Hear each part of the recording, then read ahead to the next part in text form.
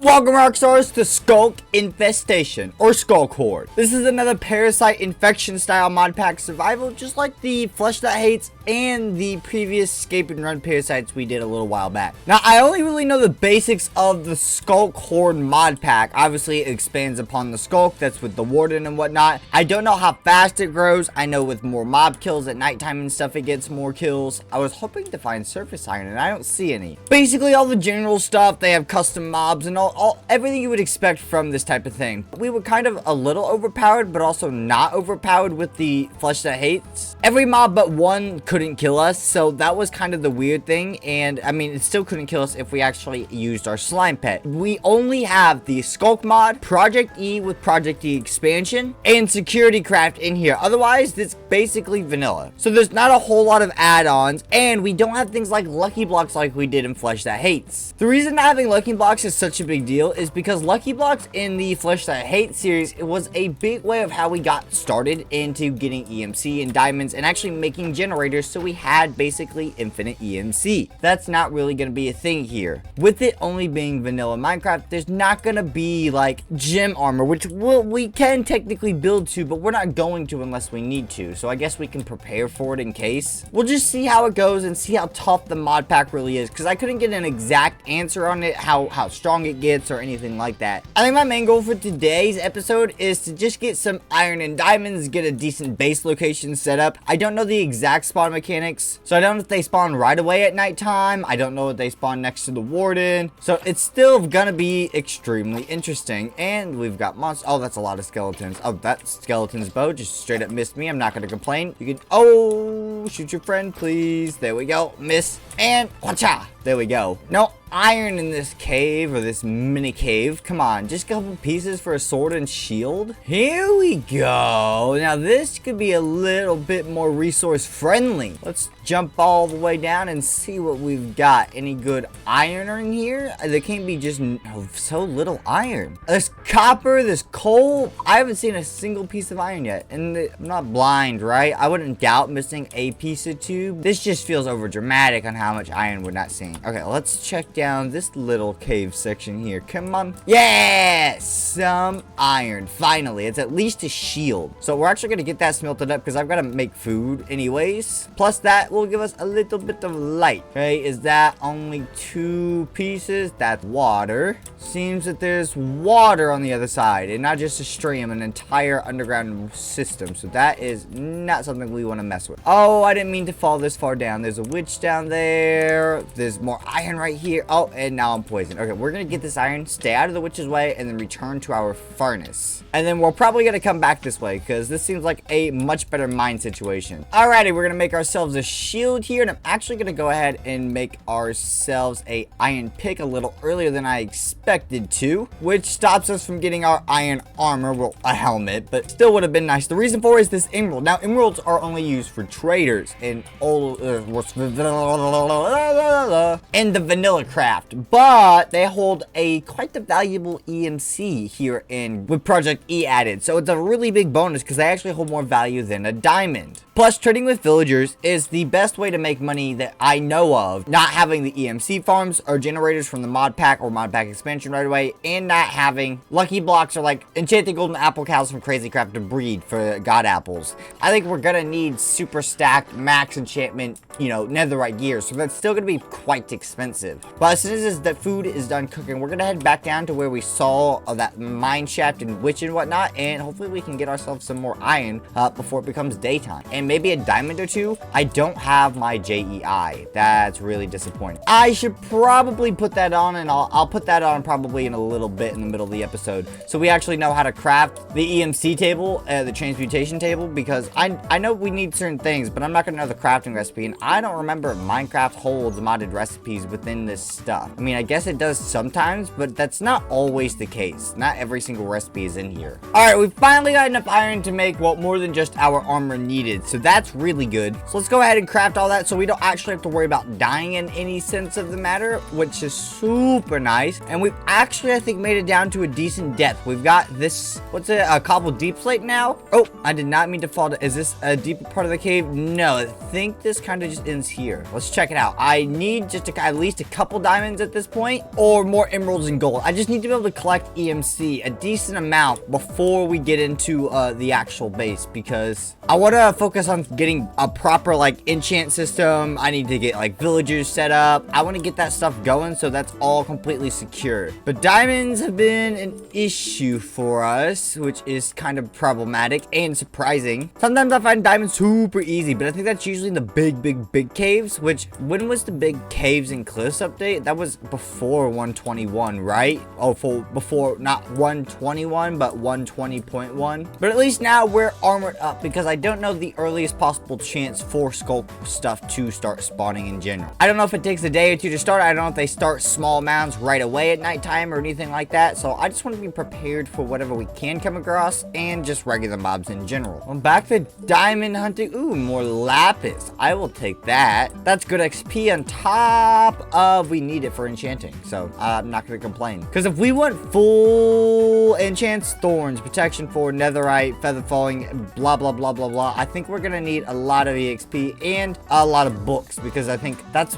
books and making, not combining like protection 1 to protection 1, but getting protection 4 with that, and I'm breaking on a book and then giving it to a chest plate. That makes it cheaper in the long run. Something like that. So we kind of want to get all that set up probably as soon as possible, so it's before we get full diamond armor going. And then that way, when the diamond armor is set up, we can just transfer that into netherite. Ooh, more lapis. I didn't see this before. And then that netherite will be the same enchants, which is the big bonus of the way netherite is done. And I would assume that netherite is naturally more expensive to do enchants with than like diamonds is. And I think I've exhausted this mine. I think I've run into, I think, every dead end possible. I can't find a new path anywhere, so we have to find a new mine shaft or somewhere to build a house. Either way, time to get out of here. All right, so we don't have any diamonds, but we did find a village, so this is actually kind of perfect. This will give us a lot of bread for food, villagers for trading for EMC, and future trades for like protection 4 books to make enchanting cheaper on our levels overall. So that should just be a big step for us. I don't know if I have to go so far as building a wall around them like I had to do in Flesh That Hates. I don't want them to get infected. I want them to be safe. I don't want them to be killed. And if I'm living around here, that kind of causes the mobs in the Sculk to most likely, you know, grow and spawn around here, meaning they're gonna be in danger. Nothing in the furnaces. The lava's sort of nice. Anything worth it in the, ooh, more food. Iron, it sucks because we already have iron armor, but it is EMC. So that's a nice bonus. Oh, there's so many hay bales. Ooh, a smithing table. I will just take that. Actually, what do you, that gives you tools. Yeah, I'll still take it because, well, I want it. I can always make you that toolsmith later on, which would be actually very helpful. Another reason the wall might be good is I can consolidate all the villagers to a single location or area, and then I can move them physically, I guess, with rail carts in a smaller zone to a middle point, because we're in the village, right? I don't have to leave them the way they are. That could cause more issues. Right, I really need to find some diamonds so I can start getting EMC rolling. And for now, Mr. Blacksmith, we're just gonna set up in your home. This is now my place of residence. Let's place everything we need. Crafting table, smithing table, furnace. How much bread do we have? That's a lot of 13,000 EMC worth of bread. So that leaves us with 55 hay bales left over. That will just save us inventory space, and I can throw, ooh, actually we need to go ahead and get this iron smelting up, so we'll toss that in there. Make ourselves a bed real quick, if I could actually remember how to do that the right way, which would be useful. All right, so we've got a bed, we've got supplies at this point. So what's the next best step? I mean, it's just about armoring up, and we're kind of living in a villager's house, so do we need to build our own house? Like, I plan to, but we can just get a lot more first going. I feel like we've kind of just collected iron armor, and that's about it. I think I saw a massive cave somewhere. If we could at least get our Project E up and running with our transmutation table, so that way we can at least work on villager trading in the very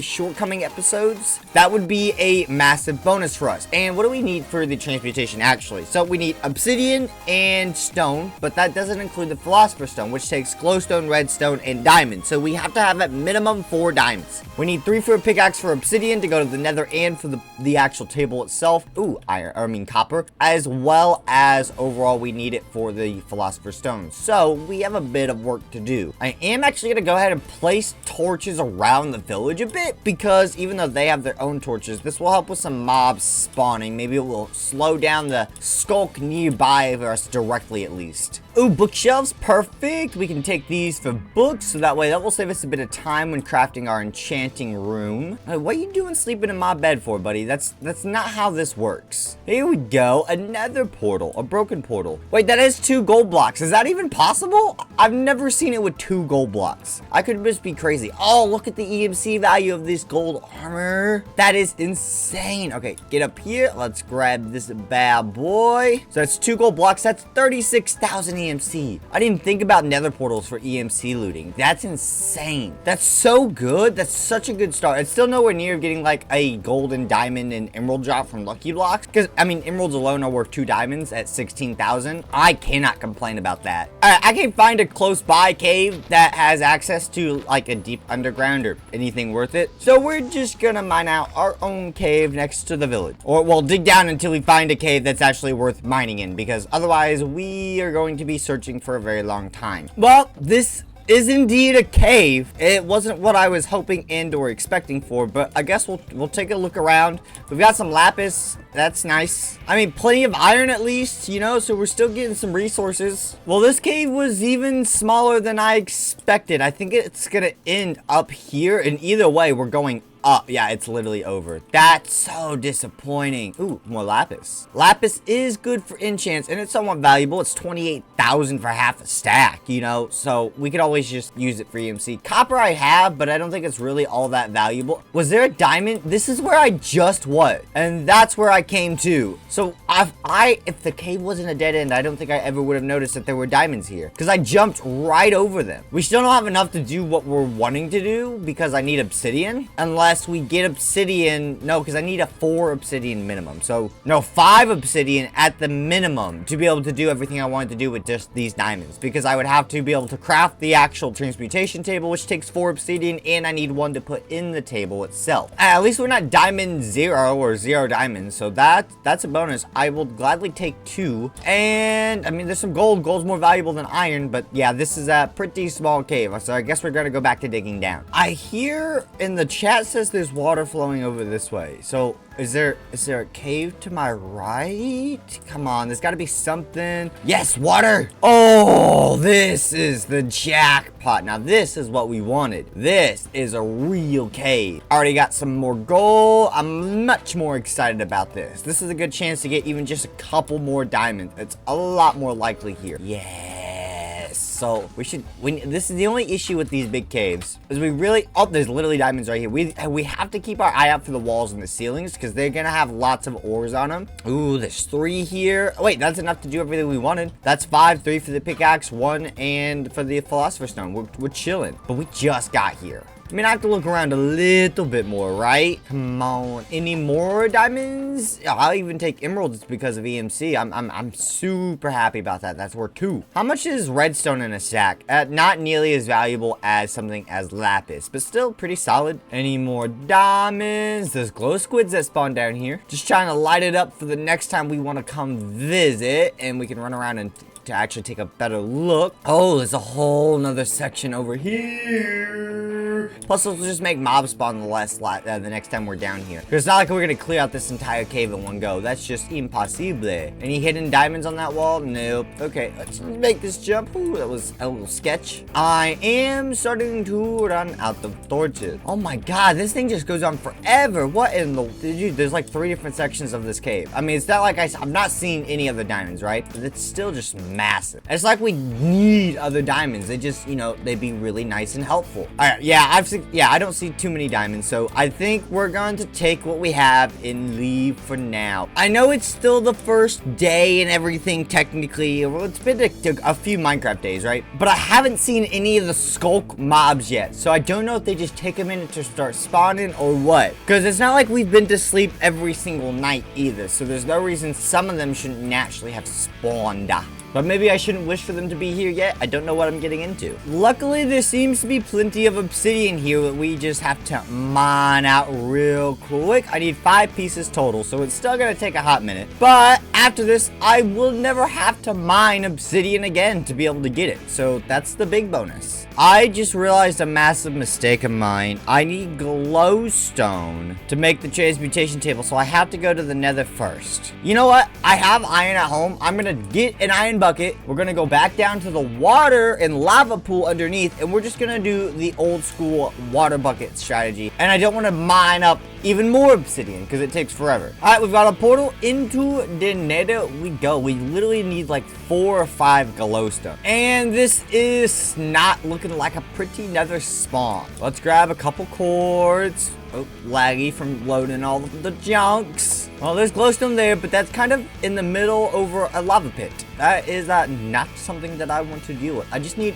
to be able to break and collect like 2 blocks. Well, at least up there seems more viable. There seems to be some sort of land underneath the glowstone, so that's better than the previous option. All the glowstones in midair, so I guess we're going up. I hope 30 blocks is enough. Hopefully nothing shoots us down like a gas. That would be pretty disappointing. We aren't close enough. Okay, come on, give me some blocks. So we can go over, we'll collect these blocks. Oh, there's a gas there. I don't like this. Let's just go ahead. We've got those blocks. Let's build up. Come on, be enough. Yes, glowstone. 4, 8, 12. That's plenty of glowstone. And now I'm straight back down because I do not want to get blasted off and lose all of my stuff. All right, we should have everything we need to make this transmutation table. I believe so. So first off, the philosopher's stone. We need our redstone. Oh, I do need cobble as well. Cobble and redstone. There we go. That gives us our philosopher's stone, which actually doesn't get depleted when we make the table, I don't think. Even if it does, it's not really that big of a deal. So next up, wait,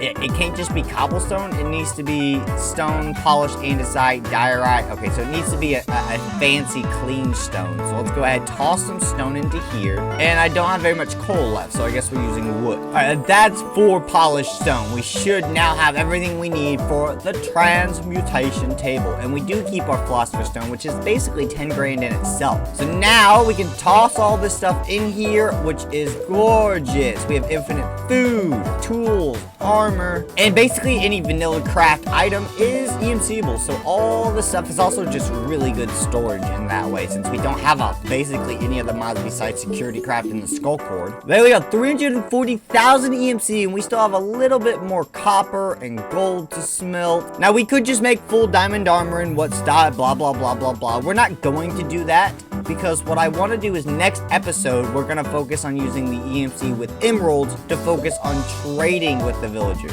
So I'm not even going to take my diamond pick out. I'm at most going to take my iron sword, 3 iron for a brand new axe. I'm actually going to make a brand new pickaxe out of iron as well, because I don't want to pull out the diamond one. And this is so we can get coal and wood logs put into the EMC table, because we don't have a way to smelt everything up. But overall, Rockstars, I think that's a pretty good stopping point for today. We did not see any Sculk inherit mobs or absolutely anything, but I'm gonna guess we will next time, because they've had some time to grow, I would hope. But like I said before, I don't know much about their overall growth or spawning mechanic. Leave a like, comment, subscribe down below if you enjoyed, and I'll see you all next time, Rockstars. Peace, peace.